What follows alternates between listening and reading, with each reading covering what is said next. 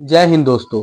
कल बिहार के पटना में बीपीएससी के छात्र नॉर्मलाइजेशन को लेकर प्रोटेस्ट कर रहे थे। लेकिन हुआ क्या कि बिहार पुलिस के द्वारा सारे विद्यार्थियों को लाठियों से भून दिया गया। क्या कर दिया गया? भून दिया गया। उस प्रोटेस्ट में खान सर भी शामिल हुए थे। खान सर ने छात्रों के लिए आवाज बुलंद किया। वो बोले कि अगर मैं चाह जाऊंगा, अगर आयोग मुझे पावर दे दे तो मैं एक शिफ्ट में एग्जाम करके दिखाऊंगा 5 से 10 लाख बच्चों का। और किसी का भी मजाल है कि वो पेपर लीक करके दिखा दे। कैसे पेपर लीक हो जाएगा भाई? कैसे हो जाएगा पेपर लीक? है जो भी पेपर को प्रिंट करते हैं, छपता है, जहां बनता है क्वेश्चन, वहां पे जितने भी वर्कर होंगे उनमें से किसी भी वर्कर को जब तक एग्जाम कंडक्ट नहीं हो जाए तब तक उसी रूम में, उसी भवन में रहना होगा। ना मोबाइल यूज करना होगा, ना टेलीफोन यूज करना होगा। कैसे कर देगा पेपर लीक? अरे पेपर लीक करे वाला के एनकाउंटर कर देंगे हम। मतलब खान सर पूरा जोश में थे। यानी वो दिखा रहे थे कि हम शिक्षक रहते हुए भी विद्यार्थियों के लिए बहुत कुछ कर सकते हैं। ऐसा बात नहीं है कि खान सर हवा में ही सब बात बोल रहे थे। खान सर एग्जाम कंडक्ट करवा चुके हैं अपने थ्रू, अपने किसी भवन में जो उनका है अपना प्राइवेट, उसमें 5 लाख बच्चों का एग्जाम कंडक्ट करवा चुके हैं। उसमें पेपर भी लीक नहीं हुआ। तो उनके अंदर क्षमता है, जज्बा है, जुनून है कि अभी भी वो बिना राजनीति से जुड़े हुए विद्यार्थियों के लिए कुछ कर सकते हैं। शिक्षा के क्षेत्र में बहुत कुछ कर सकते हैं। यही चीज अवध ओझा माठ साहब को सीखना चाहिए। अवध ओझा माठ साहब आप पार्टी से जुड़ गए हैं, अब वो कह रहे हैं कि हम शिक्षा के लिए बहुत काम करेंगे। अरे मूर्ख, आप खान सर से प्रेरणा लीजिए भाई। खान सर से काहे नहीं कुछ सीखते हैं? खान सर बिना राजनीति से जुड़े हुए भी बाघ का कलेजा रखते हैं विद्यार्थियों के लिए कुछ करने को, शिक्षा के क्षेत्र में क्रांति लाने को। लेकिन अवध ओझा सर, बात यहाँ पे ये है कि अवध ओझा शिक्षा के क्षेत्र में पहले भी कुछ नहीं कर पाए थे, करंट में भी कुछ नहीं कर पा रहे थे, आगे भी कुछ नहीं कर पाएंगे। लेकिन उनको नशा था पावर का। क्या चीज का? पावर का। टीचर क्या है? टीचर तो एक नॉर्मल इंसान होता है, उसके पास कोई पावर थोड़ी होता है, नॉलेज का पावर होता है।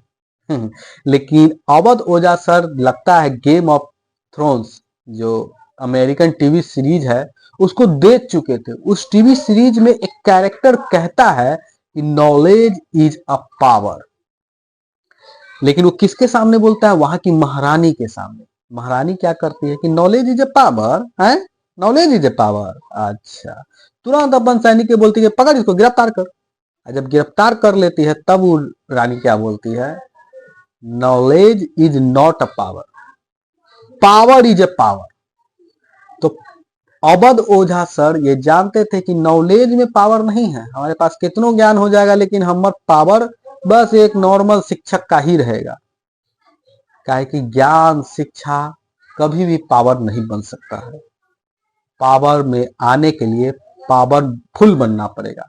इसीलिए वो राजनीतिक पार्टी से जुड़ गए। क्या कि गेम ऑफ थ्रोन्स खूब टीवी सीरीज तो खूब देखते हैं, Mirzapur, Game of Thrones, learn fun, पता नहीं आपका कथी कथी देखते हैं, समझ नहीं आता है। तो उनको प्रेरणा लेना चाहिए ताकि आप शिक्षक होते हुए भी शिक्षा के क्षेत्र में योगदान बहुत कुछ कर सकते हैं, जैसे खान सर अभी कर रहे हैं। बताइए, बीमार हो गए, दिन भर प्रोटेस्ट में रहे, शाम होते होते गिरफ्तार भी हुए, और गिरफ्तारी होने के बाद तबीयत भी खराब हो गया, हॉस्पिटल में भर्ती है भाई। उनका विजुअल्स भी आपको हम अभी दिखाएंगे। तो ये होता है एक शिक्षक का मतलब, ये होता है एक शिक्षक का जज्बा, जो अवध ओझा जैसे शिक्षकों, अब वो शिक्षक भी है कि नहीं हमको पता नहीं, क्या कि वो ही खुद अपने एक इंटरव्यू में कह रहे थे कि हम तो शौकिया टीचर है तो हम कुछ और। तो समझ सकते हैं वो आदमी अब बोल रहा है कि हम अब राजनीति में आ गए हैं, संसद उसद बन जाएंगे, संसद में जाएंगे और शिक्षा को एक के बार में बस घुमा के पलट देंगे सारा सिस्टम को। वैसे होता है जी, लड़ना पड़ता है सड़क पे अपने हक के लिए। खैर छोड़िए, बुद्धि बुद्धि का बात है। हमारे खान सर का बुद्धि क्या बात है बताइए। और एक अवध ओझा सर है, उनकी बुद्धि, उनको तो पावर से मतलब है भाई, पावर से। उनको पावर चाहिए, राजा बनने का उनको शौक है। तो राजा बनने से पहले किसी का चाट रहे हैं, चाटते चाटते एक दिन पावर में आएंगे, राजा बन जाएंगे। लेकिन I proud of Khan sir पे, मुझे गर्व है, गजब। खैर नॉर्मलाइजेशन को सरकार अप्लाई तो नहीं की है। जो बीपीएससी के चेयरपर्सन है वो उन्होंने कहा है कि मैंने अपने नोटिफिकेशन में नॉर्मलाइजेशन करने का कोई व्यवधान ही नहीं डाला। ये इंटरनेट पे ह्यूमर फैलाया गया, झूठा खबर फैलाया गया, जिसके कारण स्टूडेंट इतने आग बबूला हो गए और सड़कों पे आ गए। हम तो कभी कहे ही नहीं कि नॉर्मलाइजेशन होगा। अब नॉर्मलाइजेशन है क्या? जैसे मान के चलिए कि बहुत सारा विद्यार्थी है और संस्थान कम है एग्जाम कंडक्ट करवाने का, शिफ्ट में होता है एग्जाम। अब ये होता है कि पहला का शिफ्ट में जो एग्जाम दिया उसका क्वेश्चन हार्ड आ गया, सेकेंड शिफ्ट में जो दिया उसका क्वेश्चन थोड़ा सा आसान आ गया, फिर थर्ड शिफ्ट में दिया उसका थोड़ा सा क्वेश्चन और आसान हो गया। यानी ये तो हो सकता है ना भाई कि सबका क्वेश्चन, सब शिफ्ट का क्वेश्चन एक समान नहीं हो सकता, कोई शिफ्ट का हार्ड हो सकता है, कोई का उससे थोड़ा आसान क्वेश्चन हो सकता है। तो इस सब शिफ्ट में जो एग्जाम हुआ, इसको मैथमेटिकल फॉर्मूला का यूज करके एक नॉर्मलाइजेशन रिजल्ट निकाला जाता है, उसी का विरोध हो रहा था। इसमें कुछ खबर ये भी फैला दिया गया कि भाई कुछ कोचिंग संस्थान के जो मालिक हैं वो बीपीएससी से जुड़े हुए हैं नॉर्मलाइजेशन करने के लिए, कि जिससे कि हमारे कोचिंग का विद्यार्थी आगे निकल जाए और जो एग्जाम दे रहे हैं उनको पता भी नहीं चले कि उनके मेहनत के साथ बेईमानी भी कर दिया गया है। तो ये सब थोड़ा सा बात है, लेकिन बीपीएससी के चेयरपर्सन ने साफ कहा है कि हम अपने नोटिफिकेशन में ये बोले हैं कि भाई हम नॉर्मलाइजेशन सिस्टम नहीं करने जा रहे हैं। ये बेमतलब का अज्ञानता फैलाया गया है। तो खैर देखते हैं आगे क्या होता है।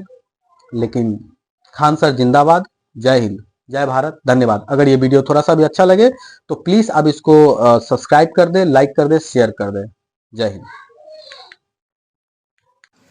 देखिए खान सर कितनी तकलीफ में हैं, कितना बीमार हैं और कितनी पीड़ा झेल रहे हैं इस प्रोटेस्ट के कारण। जय हिंद।